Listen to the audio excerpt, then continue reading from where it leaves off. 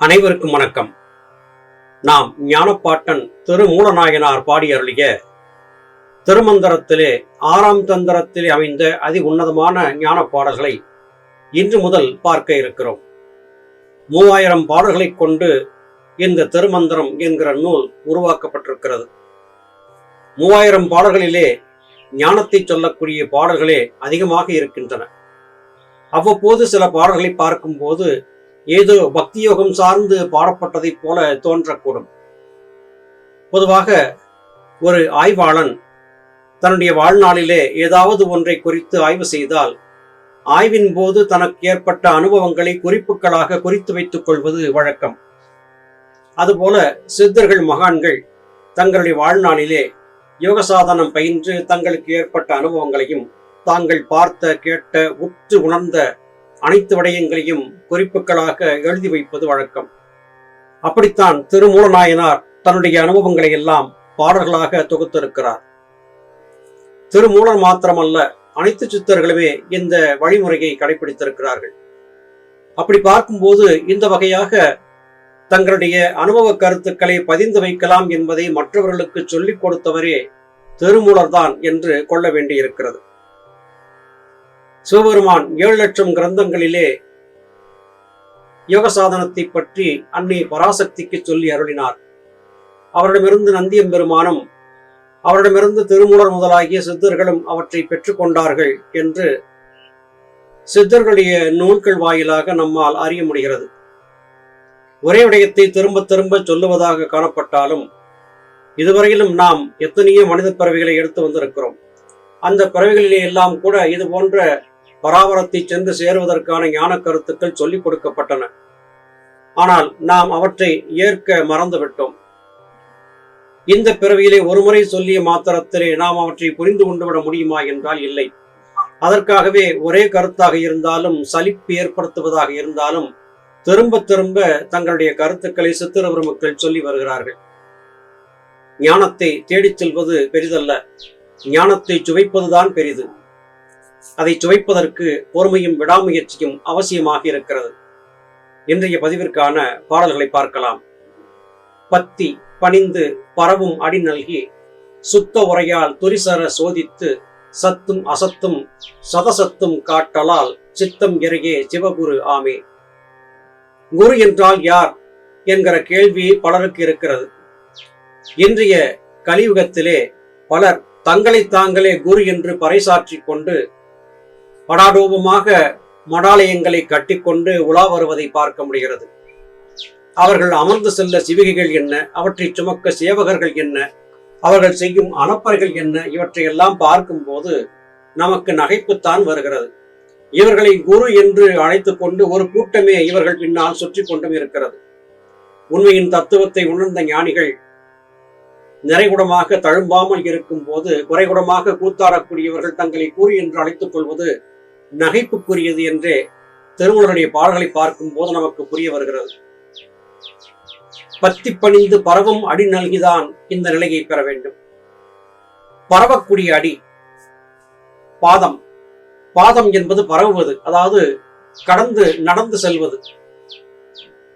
உடல் முழுவதும் பரவி செல்லக்கூடிய பாதங்கள் எம்பெருமானுக்கு ஒன்றும் அன்னை பராசக்திக்கு ஒன்றுமாக சந்திரகலை சூரியகலை என்கிறதாக நம்முடைய தேகத்திற்குள்ளே பாய்ந்து கொண்டிருக்கிறது. அதுவே ஜீவசக்தியாகிய வாயு. இது பற்றியதான விளக்கங்களை சுத்த ஞானிகளுடைய உபதேசத்தை கொண்டு குற்றமற அலசி ஆராய்ந்து பார்த்து சோதித்து பார்த்து தன்னுடைய சொந்த புத்தியை கொண்டு அதில் இருக்கக்கூடிய சத்து மற்றும் அசத்தை புரிந்து கொள்ள வேண்டும். உண்மை மற்றும் பொய்யை விளங்கிக் கொள்ள வேண்டும். காரணம், சித்தர்வருமக்களுடைய பாடல்கள் பூரகமாகவே சொல்லப்பட்டிருக்கும். அதிலே பல கருத்துக்கள் மறைத்து வைக்கப்பட்டிருக்கும். மேலோட்டமாக பார்க்கும் போது ஒரு கருத்தும் ஆழ்ந்து சிந்திக்கும் போது பெரிதொரு கருத்துமாகவே சித்தர்வருமக்களுடைய பாடல்கள் காட்டப்படும். எனவே அதிலே துரிசர குற்றமற அவற்றை விளங்கிக் கொள்ள முயல வேண்டும். அவற்றை விளங்கிக் கொள்ள வேண்டும் என்றால் அது எப்படி சாத்தியப்படும்? சித்தத்தை கொண்டே இவற்றை அறிய வேண்டும். மனதின் மற்ற கூறுகள் புத்தி, சித்தம், அகங்காரம் என்றாகின்றன. அகங்காரம் என்பது புலன்களோடு இணைந்திருக்கிறது. புத்தி என்பது புலன்களுக்கும் மனதிற்கும் இடையிலே இயங்குகிறது. ஆனால் சித்தம் என்பது சிவத்தோடு சீவனோடு இணைந்திருக்கிறது. எனவே அறிவு என்று அழைக்கப்படக்கூடிய சித்தம், அந்த சித்தம்தான் உண்மையான குரு. அந்த குருவே சிவத்தை நமக்கு காட்டிக் கொடுக்கக்கூடிய சிவகுருவாகவும் இருக்கிறது. இந்த உண்மையின் தத்துவத்தை புரிந்து கொண்டுவிட்டால் மாத்திரமே உண்மையான முத்தி மோட்சம் என்பது நமக்கு சித்திக்கும். இதைத்தான் இத்திருப்பாடல் வாயிலாக திருமூலநாயனார் நமக்கு சொல்லிக் கொடுக்கிறார். பாசத்தை கூட்டியே கட்டி பறித்திட்டு நேசித்த காயம் விடுவித்து நேர்நேரே கூசற்ற முத்தியில் கூட்டு அலா நாட்டத்த ஆசற்ற சற்குரு அம்பலம் ஆமே. அம்பலம் என்று அழைக்கப்படுவது வெட்டவெளியாகிய ஆகாயம். நம்முடைய தேகத்திற்குள்ளே வெட்டவெளியாகிய ஆகாயம் என்பது நம்முடைய சிரசாகும். இதை நாம் எண்ணற்ற சித்தர்களுடைய பாடல்களை வாசித்ததன் மூலமாக முழுமையாக அறிந்திருக்கிறோம். பாசத்தை கூட்டி கட்டி பறிக்க வேண்டும். பாசம் என்பது எது? புலன்கள் வழியாக உலகிலே சலித்து கிடக்கக்கூடிய மனம் உலக வாழ்க்கை மெய் என்று தவறாக புரிந்திருக்கிறது. அதன் காரணமாக சலனப்பட்டு சலித்தபடியாகவே இருக்கிறது. அப்படி சலித்துக் கொண்டிருக்கக்கூடிய மனத்தின் ஓட்டத்திற்குத்தான் பாசம் என்று பெயர். அதை கட்டி பறித்து அதை காயப்படுத்தி அதிலிருந்து தப்பிக்க முயற்சிக்க வேண்டும். காயம் என்பது நம்முடைய தேகம். ஆனால் இங்கே புலன்கள் வழியாக சலிக்கக்கூடிய மன ஓட்டத்தை தடுத்து நிறுத்தி அதை துண்டாட வேண்டும். அப்படி துண்டாட்டி அதன் பிறகு மனத்தை புருவ மத்தியத்திலே நிலைப்படுத்தும் போது மாத்திரமே கூட்டு என்பது ஏற்படும். யாரோடு? சிவமாகிய சீவனோடு கூட்டு ஏற்படும். அந்த கூட்டு ஏற்படுவதற்கு உண்மையான நாட்டம், அதாவது ஆர்வம் என்பது இருக்க வேண்டும். ஏதோ சில காலம் யோக பயிற்சி செய்துவிட்டால் எல்லாம் நமக்கு சாத்தியப்பட்டுவிடும் என்று கருதிவிட முடியாது. கடுமையாக உழைக்க வேண்டும். இடைவிடாது போராடி கொண்டே இருக்க வேண்டும். பொதுவாக ஞானிகள் சொல்லுவதைப் போல தைலதாரை ஒழுக்கு போல நம்முடைய சிந்தனை பரத்தை நோக்கியதாக இருக்க வேண்டும். ஒரு பாத்திரத்திலே இருந்து தண்ணீரை முகர்ந்து ஊற்றும் போது அது சிதில் சிதலாக தெரித்து விழும், சிறு சிறு துளிகளாகவும் சிதறி விழும். ஆனால் தைலம், அதாவது எண்ணெயை எடுத்து ஊற்றும் போது எந்த விதமான சிதறலும் இல்லாமல் ஒரு நேர்கோடாக நேர்த்தியாக அது வழியும். எப்படி எந்த விதமான சிதறலும் இல்லாமல் எண்ணெய் வழிகிறதோ அதுபோல நம்முடைய மனத்தை எந்த விதமான சிதறலுக்கும் இடம் கொடுக்காமல் சித்தம் என்கிற அறிவை நோக்கி குவிக்க வேண்டும். அப்படி குவிக்கும் போது அந்த மனமே, அந்த மனத்தின் கூறாகிய சித்தமே சத்குருவாக மாறி அமைந்து அம்பலமாக இருக்கும், பரவழியாக இருக்கக்கூடிய ஆகாய வழியிலே இருக்கும் எம்பெருமான் ஈசன் என்று அழைக்கப்படக்கூடிய நம்முடைய ஜீவனை குற்றமற நமக்கு விளக்கி காட்டும். இதைத்தான் இத்திருப்பாடலிலே திருமூலநாயனார் நமக்கு சொல்லுகிறார். சித்திகள் எட்டொடும் தின் சிவம் ஆக்கிய சுத்தியும் என் சக்தி தூய்மையும் யோகத்து சத்தியும் மந்திர சாதக போதமும் பத்தியும் நாதன் அருளில் பயிலுவே. இந்த யோக சாதன பயிற்சிகளை எல்லாம் எவ்வாறு நாம் முழுமைப்படுத்திக் கொள்வது என்று கேட்டால் நாதன் அருளால் மாத்திரமே இது சாத்தியம் என்று திருமூலநாயனார் இங்கே சொல்லுகிறார். நாதன் ஜீவன், அந்த ஜீவன் என்பது சிவன். அந்த சிவன் என்பது நமக்குள்ளே சிறிது மங்கலான வெளிச்சத்துக்குள்ளே மறைந்திருக்கிறது. பிரகாசமான வெளிச்சத்திலே சிவத்தை பார்த்துவிட்டால் நம்முடைய குழப்பங்கள் எல்லாம் நீங்கிவிடும். சிவத்தை காண முடியாதபடியாக மாயமான 7 திரைகள் நமக்கு தடையாக இருக்கின்றன. ஞானிகள், மகான்கள், நமக்கு முன்னே வாழ்ந்திருந்த முன்னோர், மூத்தோர் ஆகியோர் எல்லாம் 7 திரைகளையும் கிழித்தெறிந்து சிவத்தை கண்டு பிரகாசத்தை பெற்றுவிட்டவர்கள். அப்படிப்பட்ட நம்முடைய ஞான குருமார்கள் நம்முடைய சித்தர் மக்களை அணுகி அவர்களுடைய மந்திர சாதக போதகத்தை எல்லாம் கற்றுக்கொண்டு நம்முடைய மனத்தை தூய்மையாக மாற்றிக்கொண்டு புருவ மத்தியம் என்கிற சுழுமுனை மையத்திலே மனதின் பிரிவுகளை எல்லாம் ஒருங்கிணைக்கக்கூடிய ஆற்றலை பெற வேண்டும். 8 வகையான குற்றங்களை நீக்கிக் கொள்வதுதான் என் சித்திகள் என்று சொல்லப்படுகிறது. அந்த 8 வகையான குற்றங்கள் எவை என்பதை ஞானபிதா நமக்கு அறிவித்திருக்கிறார்கள். காமம், குரோதம், லோபம், மோகம், மதம், மாச்சரியம், டம்பம், அசூயை என்பவை அந்த 8. இந்த 8 விதமான கெட்ட குணங்களை ஒழித்துவிட்டால் நாம் 8 விதமான சித்திகளை பெற்றதாக பொருளாகும். அனிமா, மகிமா முதலாகியவை எல்லாம் அட்டமா சித்துக்கள் இல்லையா என்று உங்களுக்குள்ளே கேள்வி வரக்கூடும். ஆனால் இவற்றையெல்லாம் அடைவதற்கு தடையாக இருப்பது இந்த 8 விதமான கெட்ட குணங்கள் தான். இந்த 8 விதமான கெட்ட குணங்களையும் விளக்க வேண்டும். இதை சொல்லுவதற்காகவே தென் சிவம் ஆக்கிய சுத்தியும் என் சுத்தி தூய்மையும் என்று சொல்லுகிறார். என் சக்தி, அதாவது 8 விதமான கெட்ட குணங்களையும் ஒழித்து தூய்மையான மனத்தை நாம் பெற வேண்டும். அப்படி பெறும்போதுதான் நமக்கு சத்தியம் என்பது வெளிப்படும், உண்மையான பக்தி வெளிப்பட்டு வரும், சித்திகள் அடைவதற்கான பக்குவம் ஏற்படும். இவற்றையெல்லாம் சாதித்துக் கொள்ள வேண்டும் என்றால் மன தூய்மை அவசியமாகிறது. அது மாத்திரமல்ல, இவற்றை அடைவதற்கு எம்பெருமானின் அருள், அவருடைய அருள் பார்வை என்பது தேவையாக இருக்கிறது. இதை குறிக்கும் விதமாகவே மாணிக்க வாசகர் பெருமான் தன்னுடைய திருவாசகத்திலே அவன் அருளாலே அவன் தாழ் வணங்க வேண்டும் என்றும் பாடி அருளினார்கள். எல்லா உலகிற்கும் அப்பாலோன் இப்பாலாய் நல்லார் உள்ளத்து மிக்கு அருள் நல்கலால் எல்லாரும் உய்யக் கொண்டு இங்கே அளித்தலால் சொல்லார்ந்த நற்குரு சுத்த சிவமே.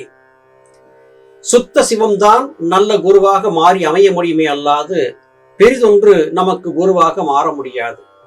சொல்லார்ந்த நற்குருவாக, அதாவது வார்த்தையால் அன்றி உள்ளிலே உணர்த்தலாலே நமக்கு எல்லாவற்றையும் விளக்கப்படுத்திவிடக்கூடியவர் குரு.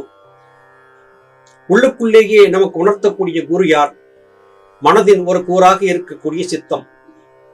அந்த சித்தம் என்பது சிவமயமாக இருக்கிறது. சித்தம் எல்லாம் சிவமயம் என்றே சித்தர்கள் குறிப்பிடுகிறார்கள். நாம் வாழ்ந்திருக்கும் இந்த உலகம் மாத்திரமல்ல, எண்ணற்ற உலகங்கள் இருக்கின்றன. கோடானு கோடிக்கணக்கான அண்டங்கள் இருக்கின்றன. அனைத்து அண்டங்களிலும் உயிர்கள் வாழ்வதற்கு ஏற்றதான பூமி போன்ற அமைப்புகள் இருக்கத்தான் செய்கின்றன. எல்லா உலகிற்கும் அப்பாலும் இருக்கக்கூடிய சக்தி எது என்று கேட்டால் அது பராபரம். அப்பால் மாத்திரம் இருக்கிறதா என்றால் இல்லை, இப்பாலும் இருக்கிறது. அதாவது நமக்குள்ளும் இருக்கிறது. நல்லவர்கள் உள்ளத்திற்குள்ளும் அது பிரகாசமாக விளங்கி கொண்டிருக்கிறது. எல்லோரும் உய்ய வேண்டும் என்பதற்காக சகல ஜீவர்களுக்குள்ளும் சிவம் தன்னுடைய சாநித்தியத்தை நிலைநிறுத்தி வைத்திருக்கிறது. சிவதத்துவத்தை புரிந்து கொள்ள வேண்டும் என்றால் நமக்குள்ளே இருக்கின்ற கெட்ட குணங்களை எல்லாம் விட்டொழித்து உள்ளத்திலே நல்லவர்களாக நம்மை உயர்த்தி கொள்ள வேண்டும். சகல சீவராசிகளையும் சமமாக பேணி பாதுகாக்கக்கூடிய பக்குவத்தை பெற வேண்டும். இவையெல்லாம் எப்போது வாய்க்கின்றனவோ அப்போதே நம்முடைய மனம் சத்குருவாக மாறி அமைந்து நமக்கு ஞானத்தை காட்டிக் கொடுக்கும். தேவனும் சுத்த குருவும் உபாயத்துள் யாவையும் மூன்றாம் உனக்கண்டு உரையாலே மூவா பசு பாச மாற்றியே முத்திப்பால் யாவையும் நல்கும் குருபரன் அன்புற்றே. அன்புற்றவர்களுக்கு மாத்திரமே ஈசன் குருவாக வந்தமைவார். மற்றவருக்கு ஈசன் எந்த விதமான கஞ்சாடையும் காட்டுவது இல்லை. அன்புமயமாக மாற வேண்டும். ஈசன் ஒரு மிகப்பெரிய திருவிளையாடலை ஆடிக்கொண்டிருக்கிறார். ஒரு மாய நாடகத்தை நடத்தி கொண்டிருக்கிறார். அந்த மாய நாடகத்திலே நடிக்கக்கூடிய கதாபாத்திரங்கள் உண்மையை உணர்ந்து செயல்படுகின்றனவா என்று உற்று நோக்கி கொண்டிருக்கிறார்.